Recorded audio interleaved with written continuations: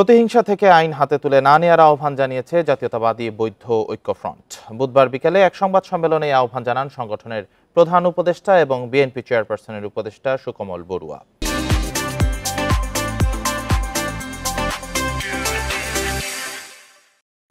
এ সময় তিনি সাহসী ছাত্র জনতাকে অভিনন্দন জানান। বলেন, এই বিপ্লবের মধ্য দিয়ে আবারও প্রমাণ হয়েছে সবাই ঐক্যবদ্ধ থাকলে বাংলাদেশের জনগণকে কেউ পরাজিত করতে পারবে না। পাশাপাশি স্বৈরতন্ত্রের পরাজয়ের সময়টা শান্তভাবে উদযাপনের আহ্বানও তার। ধর্মীয় কিংবা রাজনৈতিক কারণে সংখ্যালঘুদের উপাসনালয়ে যে কোনো হামলা ঠেকানোর অনুরোধ করেন সুকমল বড়ুয়া।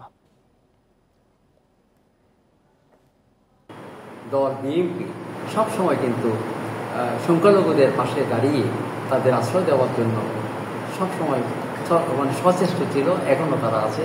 সেইভাবে আমরা দেশকে আবারও আমরা নতুনভাবে এই সময়ের মধ্যে যাতে কেউ ক্ষতিগ্রস্ত না হয় সেই জন্য আমরা সকলের কাছে আহ্বান জানাচ্ছি এবং অনুরোধ জ্ঞাপন করছি।